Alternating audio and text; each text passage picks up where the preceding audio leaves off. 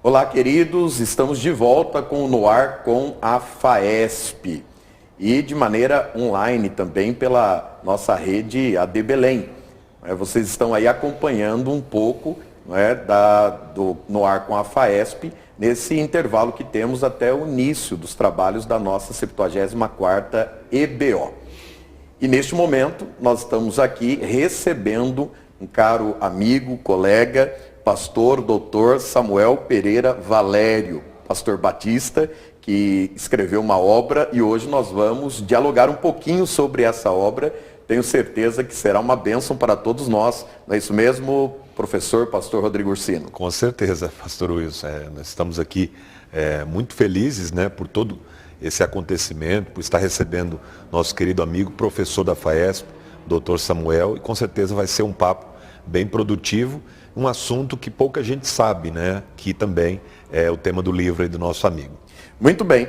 O pastor e professor Samuel Pereira Valério tem aqui um extenso currículo. Vou apenas falar aqui os principais. Ele é doutor em ciência da religião pela Universidade Metodista de São Paulo, é mestre em ciência da religião pela PUC São Paulo, bacharel em teologia pela Universidade Mackenzie e pelo Seminário Teológico Batista Independente de São Paulo. Professor Samuel, seja bem-vindo ao No Ar com a FAESP. Muito obrigado, um prazer poder estar aqui com vocês para compartilhar esse tempo de discussão, de apresentação do trabalho que tenho desenvolvido nos últimos anos. É um prazer poder estar aqui contigo, Wilson, também com o professor Ursino, e será um tempo bastante proveitoso. Prazer é todo nosso. Professor, pastor, doutor Samuel, ele escreveu, fez uma pesquisa, a sua tese de doutorado, em um assunto que para mim é muito novo. Eu não sabia. E creio que muitos daqueles que estão nos acompanhando, participando conosco, também não sabem. A obra que ele tem lançado é Uma Nova Origem para o Pentecostalismo. Uma nova origem para o pentecostalismo. Pastor Samuel, como se deu esse interesse por estudar sobre essa nova origem? E aí o senhor já se apresenta e diz de que denominação o senhor é. Então, eu sou pastor da Igreja Batista Filadélfia em Lausanne, aqui na Zona Norte de São Paulo. Sou um dos pastores, na verdade. Nós temos o pastor titular, que é o pastor Ademir, e há um colegiado de pastores, e eu sou um desses pastores. Eu fui ao Mackenzie em 2010 e desejei depois continuar na pós-graduação e ingressei na PUC no ano de 2011 para discutir, na verdade, essa questão pluridoutrinária que existe no meio pentecostal. E isso também ocorre no meio dos batistas independentes, que é a convenção da qual eu faço parte, Convenção das Igrejas Batistas Independentes, a CIB, que tem sua sede em Campinas, no interior de São Paulo. Então, a minha proposta era analisar como esse fenômeno ocorria. Mas depois de conversar com o orientador e algumas discussões, eu percebi que o filé da coisa, na verdade, não era essa questão. Era a questão dessa igreja ter nascido pentecostal aqui no Brasil. Porque o pentecostalismo havia chegado à Suécia em janeiro de 1907, e a Convenção Batista Sueca abraçou, parte pelo menos dela, abraçou o pentecostalismo, e a missão que funda a Igreja Batista Sueca em Guarani em 1912 foi o primeiro centro desse movimento na Suécia.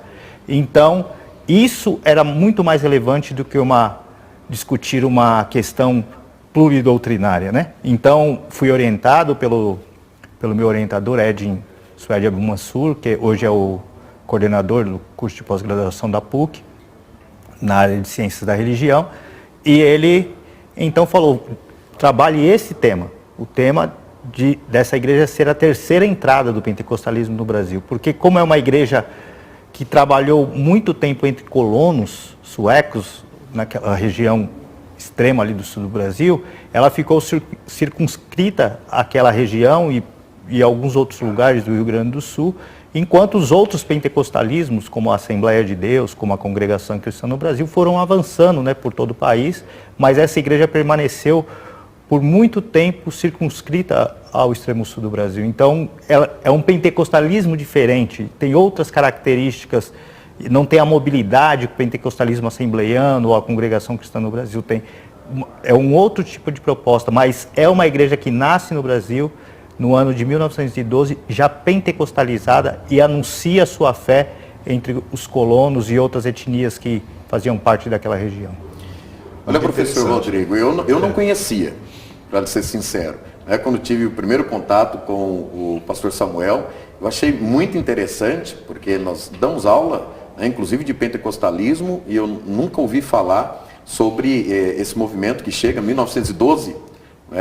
Nossos missionários que vieram para o Brasil foi em 1910.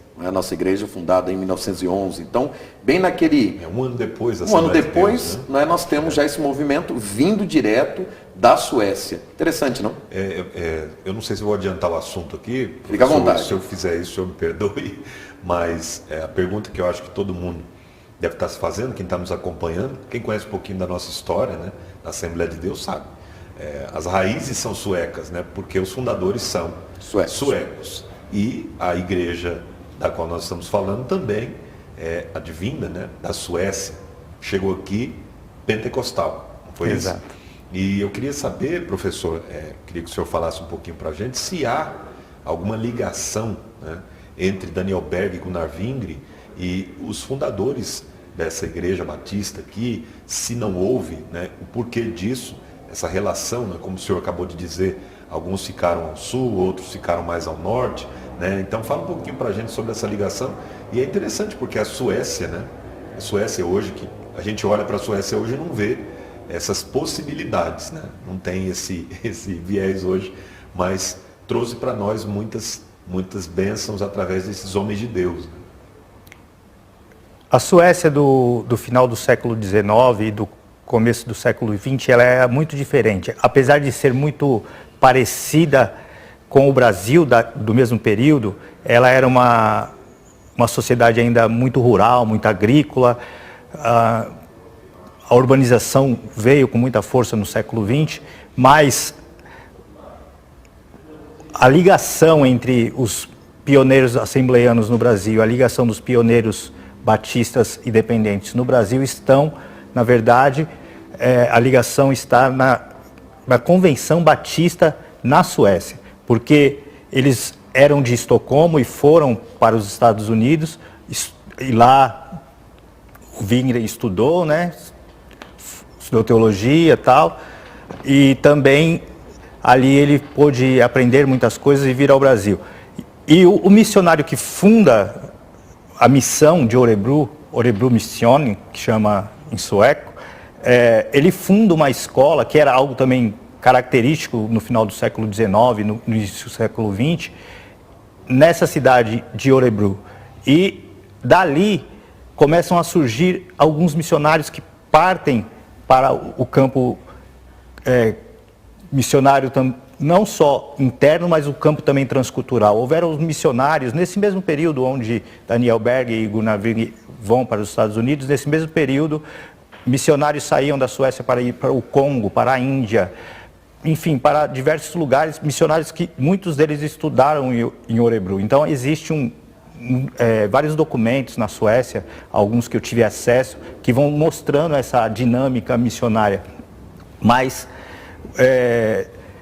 a ligação está na Convenção Batista Sueca. Depois que eles vêm para os Estados Unidos, depois diretamente ao Brasil, essa ligação está, de certo ponto, rompida, até que depois, ao se reportarem a Levi Petrus, que havia assumido Estocolmo em 1910, ele apoia e dá todo o suporte para que a missão da fé apostólica fosse em frente e em 1918 se tornasse a Assembleia de Deus, que hoje é a maior denominação pentecostal do Brasil e do mundo. Perfeitamente. E olha que interessante, conversando um pouco com o professor, doutor Samuel, pastor Samuel, o senhor me falou que o senhor esteve na Suécia. Sim. E o senhor teve acesso a alguns documentos, até o senhor me falou um pouco da característica do país em guardar ou salvaguardar alguns documentos antigos. Fala-nos um pouco dessa experiência. Meu irmão, ele foi candidato a missionário para a Suécia e ele trabalhou na Suécia até agora, julho de 2020. Então, ele foi apresentado em 2012 como candidato. Naquele ano de 2012, havia tido uma celebração do centenário da nossa denominação em Santa Rosa, no Rio Grande do Sul, que é próximo a Guarani, onde surgiu essa igreja. E o culto de celebração de 100 anos foi em Guarani, mas a estrutura da cidade era muito pequena, então eles fizeram em Santa Rosa, que era um lugar próximo, que tinha uma estrutura que podia receber. Estávamos lá em milhares de pessoas, né? Não só do Brasil, mas suecos, noruegueses, pessoas de outros continentes, e os missionários, sobretudo, que também vieram. Foi uma celebração muito bacana. E em maio daquele mesmo ano, porque isso se deu em janeiro, em maio daquele mesmo ano, nós fomos até a Suécia fazer essa celebração na Suécia. Como meu irmão ia ser apresentado como candidato a missionário, eu aproveitei a carona, falei, eu preciso ir com você, que eu preciso de documentos. E é muito interessante porque conheci toda a estrutura, toda a história. O seminário deles lá é uma coisa sensacional. O seminário tem agora 112 anos. O seminário, né? A escola bíblica, ela começou em 1892. Então, o seminário, como seminário, ele começou em 1908. Né? Então, antes do pentecostalismo chegar ao Brasil, né? Então já tinha uma estrutura de seminário naquela época, mais de 100 anos atrás, 112 anos atrás. Interessante. Então, eu estive ali e foi bastante curioso porque eu gostaria de ter acesso a alguns documentos e eles falaram, você precisa ir no arquivo centro. Eu falei, mas esses documentos não ficam aqui? Não, aqui na Suécia, toda empresa ou instituição que abre, depois de um ano, eles têm que deixar todos os seus documentos no arquivo da cidade. Então, muito interessante. Uma organização muito diferente da nossa. Então, eu fui ao arquivo e conversando com a pessoa que trabalhava lá, um rapaz muito atencioso. Eu não tenho, apesar de hoje estar estudando com mais força em inglês, naquela época falava menos do que falo hoje, né? Mas o meu irmão, ele já viveu muito tempo fora do Brasil e hoje está em Londres, morando em Londres, mas ele fala fluentemente inglês, então para ele foi fácil a comunicação e ele intermediou todo esse contato.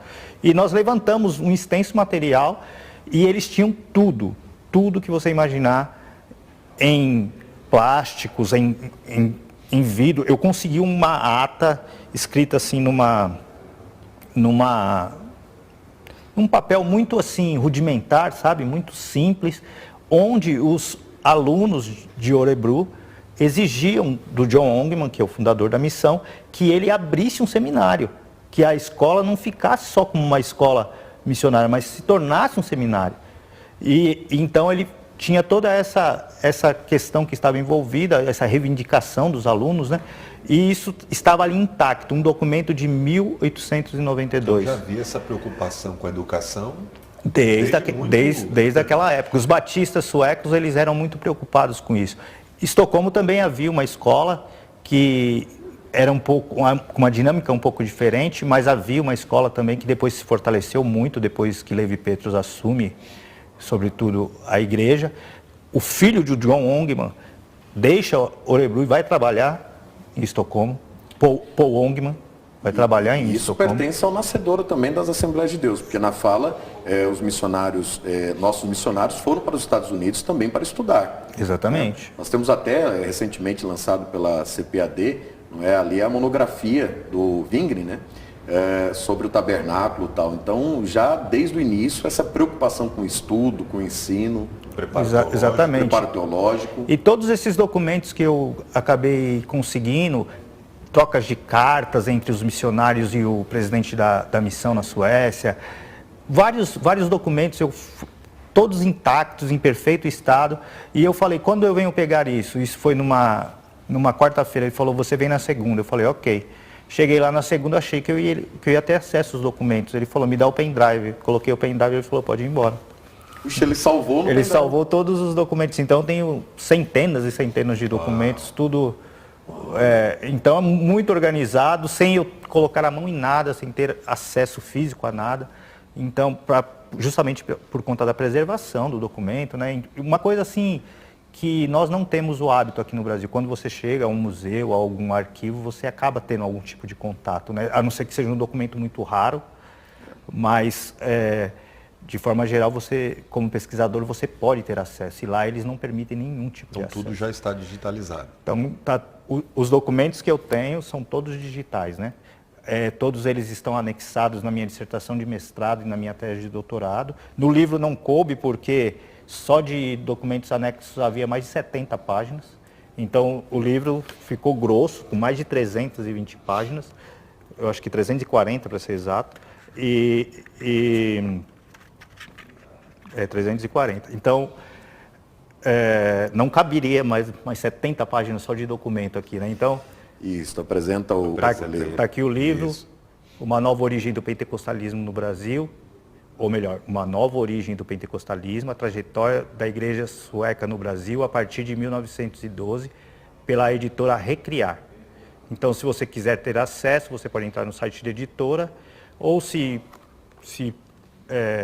você quiser um livro autografado, você pode me procurar nas redes sociais, no Instagram, no Facebook, eu posso enviar para você autografado, que eu tenho exemplares em casa.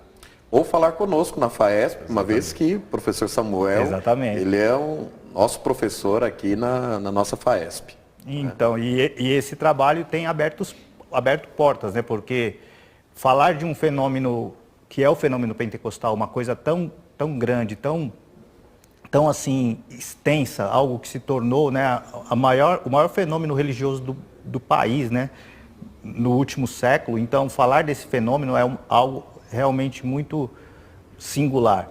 E trazer uma nova entrada do pentecostalismo tornou-se algo que tem me aberto portas, entre elas a FAESP, onde hoje eu posso lecionar, e tem sido um tempo muito proveitoso, muito abençoado. Isso é muito legal, né? O pentecostalismo tem sido alvo de pesquisas das mais diversas áreas do saber, né?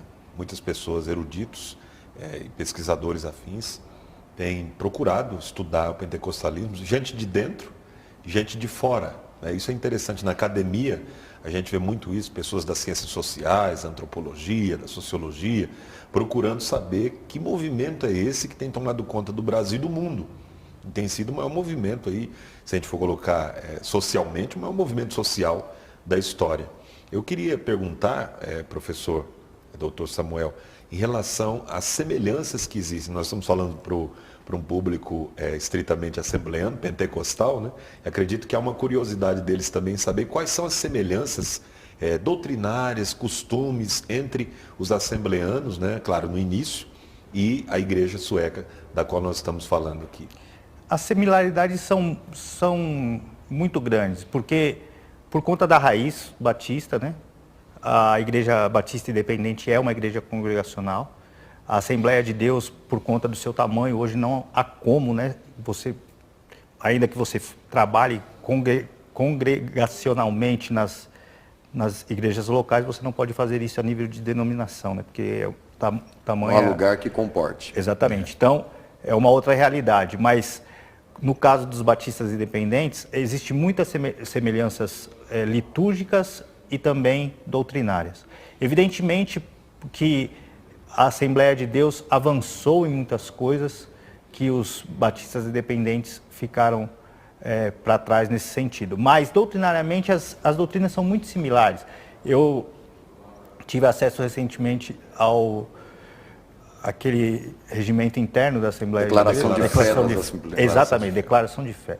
Então, a declaração de fé demonstra muitas similaridades, né? Muitas coisas que são parecidas. Então, a doutrina, sobretudo sobre Deus, sobre Jesus, as doutrinas centrais, salvação, a pneumatologia, são todas muito semelhantes. Então, você vê uma dinâmica assim muito similar. Mas o que ocorre é que eu acredito que também dentro do pentecostalismo assembleiano o fenômeno não deve ser diferente, mas dentro da CIB existem igrejas de todos os tipos. Existem igrejas que são rígidas quanto a usos e costumes, existem igrejas que são tradicionais no sentido de serem similares às igrejas protestantes mesmo.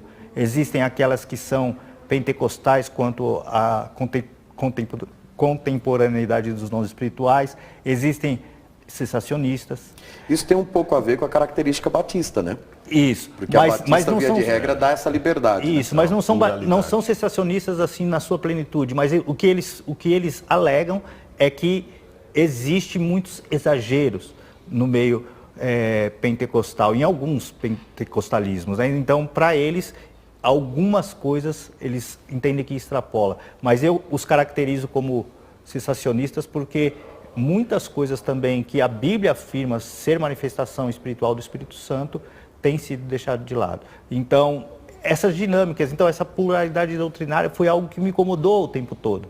E eu apresento também aqui no livro a alteração doutrinária da convenção, sobretudo na questão escatológica, que é algo muito trabalhado entre os pentecostais na década de 60, 70, 80, sobretudo Jesus está voltando, e como essa dinâmica foi sendo alterada, como isso foi... Então, as próprias lições de escola bíblica dominical... Um arrebatamento iminente, né? Exatamente, as próprias lições da escola bíblica dominical vão mostrando essa alteração, como isso vai se dando, tal. Então, existe também a questão da igreja ter recebido muitos pastores de outras denominações, de outras confissões pentecostais, o que faz com que eles tragam para dentro da CIB também as suas doutrinas, e isso faz com que ela fique mais fragmentada doutrinariamente. Então, ao mesmo tempo que ela é fragmentada, ela se une por conta da experiência fundante que existe dos missionários que fundam ela aqui no Brasil, do missionário Eric Jansson, e toda a sua história que a une, mas, na verdade, existem muitas diferenças.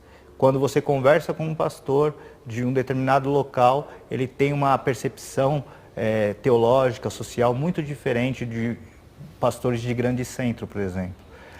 Olha que interessante. Mas não é diferente da Assembleia de Deus nesse sentido. Eu acredito que também acontece o mesmo, né? A Assembleia de Deus ela tem um DNA, né? A própria declaração de fé, ela é o guia, né? É a orientação, é a diretriz, não é?